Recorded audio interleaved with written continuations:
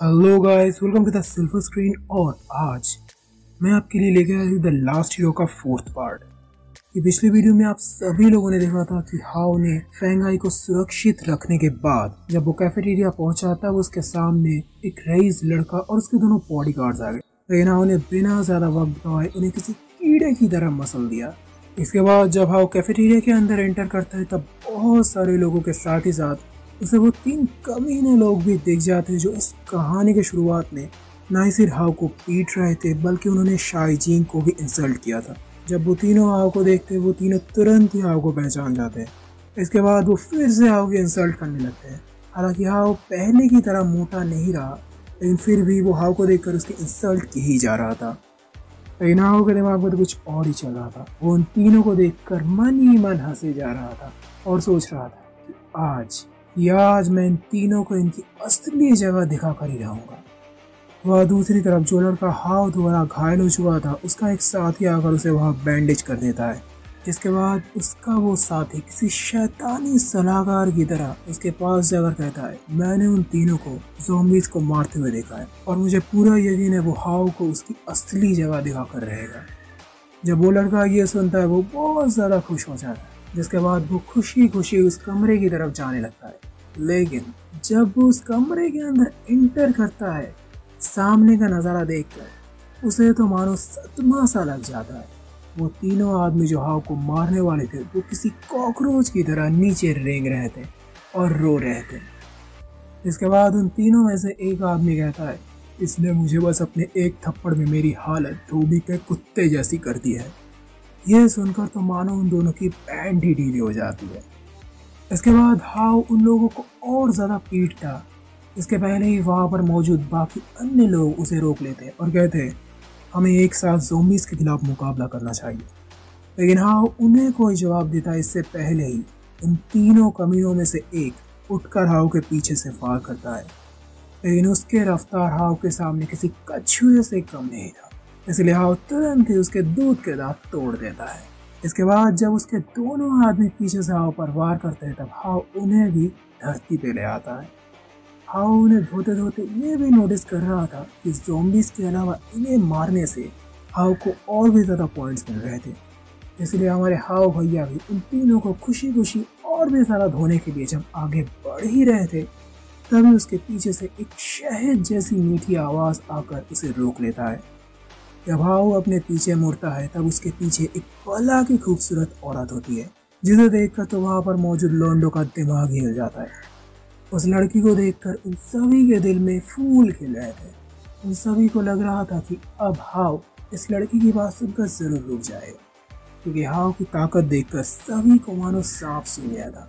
किसी को भी हिम्मत नहीं हो रही थी कि हाव को रोके। जब सभी को लग ही रहा था कि हाव अब रुक जाएगा तभी अचानक हाव उस लड़की के पास ही एक दीवार पर अपना भाला मार देता है। ये देखकर वो लड़की भी एक पल के लिए डर जाती है। तभी हाव उस लड़की के पास आता है और बड़ी ही शांत आवाज में उसे कहता है, बाद में तुम्हें इस बात का अफसोस होगा कि तुमने इन्हें क्यों बचाया। हाव ये सब कुछ बोल ही रहा था तभी उसे उसके पावर स्क्रीन पर जो दिखता है उसे देखकर तो उसके तोते उड़ जाते हैं। हाव उसके पावर स्क्रीन पर दिखा रहा था कि आप अपने हथियार से ऐसे ही कहीं पर भी वार नहीं कर सकते। हाव ये देखकर चौंक जाता है और मन ही मन सिस्टम को गालियां देने लगता है। लेकिन इससे पहले हाव और कुछ ज़्यादा सोच पाता है। इससे पहले सिस्टम उसे दीवार तोड़कर नीचे फेंक देता है। क्विंगाओ जब हाव को बचाने की कोशिश करता है तब हाव के साथ साथ क्विंगाओ भी नीचे गिरने लगती है। कुछ देर बाद जब हाव अपनी आँख खोलता है और अपने सामने का नजारा देखता है तब वो एक पल के लिए शॉक हो जाता है, क्योंकि उसके सामने क्विंगाओ उसे ज़ॉम्बीज़ से बचा रहा था। जब हाव क्विंगाओ को देखता है तब वो मन ही मन सोचता है, और ये लड़की तो बड़ी बवाल चीज़ है।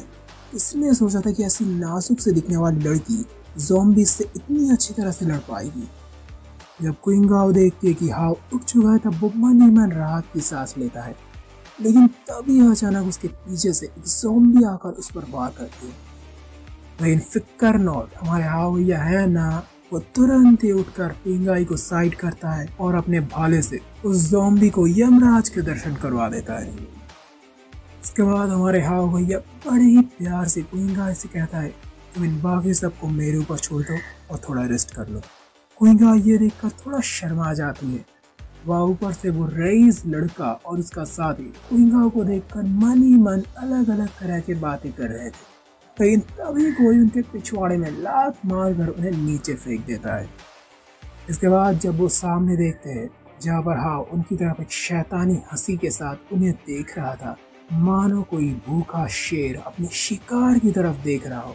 ये देखकर तो उन दोनों की पैंट गीली हो जाती है। जब क्विंगा देखता है कि किसने उन्हें ऐसे नीचे फेंका, तब वो ऊपर देखकर हैरान हो जाती है और मन ही मन सोचता है कि तीनों तो बड़े कमीने लोग हैं भाई। तभी क्विंगा के पीछे से एक ज़ॉम्बी उस पर हमला करता है, लेकिन हाव बिना ज़्यादा भगदौड़ाए उसे भी ऊपर वाले के पास भेज देता है। तब क्विंगा उसे थैंक यू कहती है और उससे अपना हाथ मिलाने के लिए अपना हाथ आगे बढ़ाता है। लेकिन हमारे हाव भैया लड़कियों के फीलिंग से कोसों दूर, इसलिए वो तुरंत ही क्विंगा के हाथों में एक हथियार दे देता है। ये देखकर तो बेचारी क्विंगा भी हैरान हो जाती है और मन ही मन सोचती है, मैं तो बस इससे हैंडशेक करना चाहती थी भाई। लेकिन तब तक हमारे हाव भैया उन ज़ॉम्बियों के बीच चले गए थे और उनके बीच पहुंचने के बाद किसी पागल भोलेनाथ की तरह अपना तांडव शुरू कर देते हैं।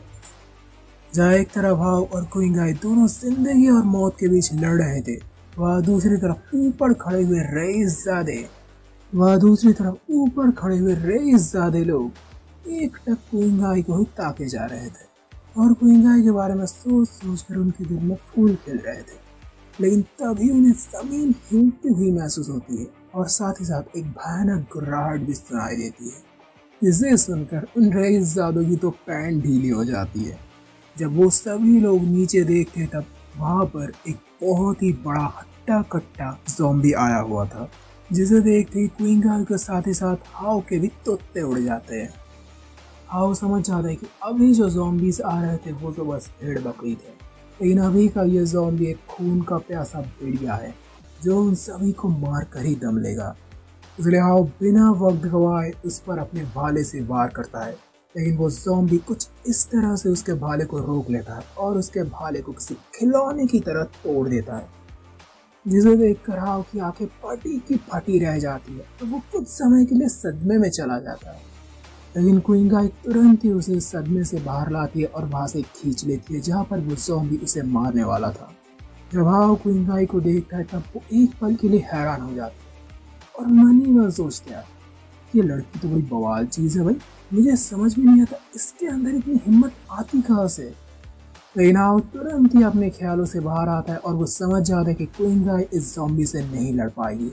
इसलिए हाव किसी हीरो की तरह एक बहुत ही लंबी छलांग लगाता है और अपने पास से चमचमाती हुई टाइटेनियम एलॉय ब्लेड निकालता है और उस बड़े से ज़ॉम्बी को यमराज भैया के पास पार्सल करवा देता है। इसे देखकर क्विंगा काफ़ी ज़्यादा इम्प्रेस हो जाती है और अब वो धीरे धीरे हाव की तरफ अट्रैक्ट होने लगती है। लेकिन हम पहले भी बता चुके थे, हमारे हाव भैया सख्त लौंडे और लड़कियों के फीलिंग से कोसों दूर। इसलिए जब क्विंगा उसे देखती है तब हाव मन ही मन सोचती है, ये लड़की मुझे ऐसे क्यों देख रही है। लेकिन अगले ही पल हाव उससे अपना ध्यान हटाता है और कहता है, मैं बाकी सभी को देख लेता हूँ, तुम थोड़ा आराम कर लो। लेकिन तभी उसके पीछे से वो 3 कमीने आ जाते हैं। असल में वो तीनों लोग अब हाव को जान से मारना चाहते थे, क्योंकि उनके मुताबिक इतने समय तक लड़ते लड़ते हाव काफ़ी ज़्यादा थक गया था। लेकिन हैरानी की बात तो ये है कि इतनी आगे और पीछे से अपने दुश्मन को आते हुए देखकर भी हाव अपनी जगह से 1 इंच भी नहीं हिलता। लेकिन तभी हमें उसके पावर स्क्रीन पर दिखता है, starting the final stage of your body transformation. और इसी के साथ दोस्तों 4th पार्ट की एंडिंग हो जाती है। मैं बहुत जल्दी 5th पार्ट लेके आऊँगा। आप मेरी एक छोटी सी मदद ज़रूर कर देना, मेरी इस कहानी को बस अपने एक दोस्त से शेयर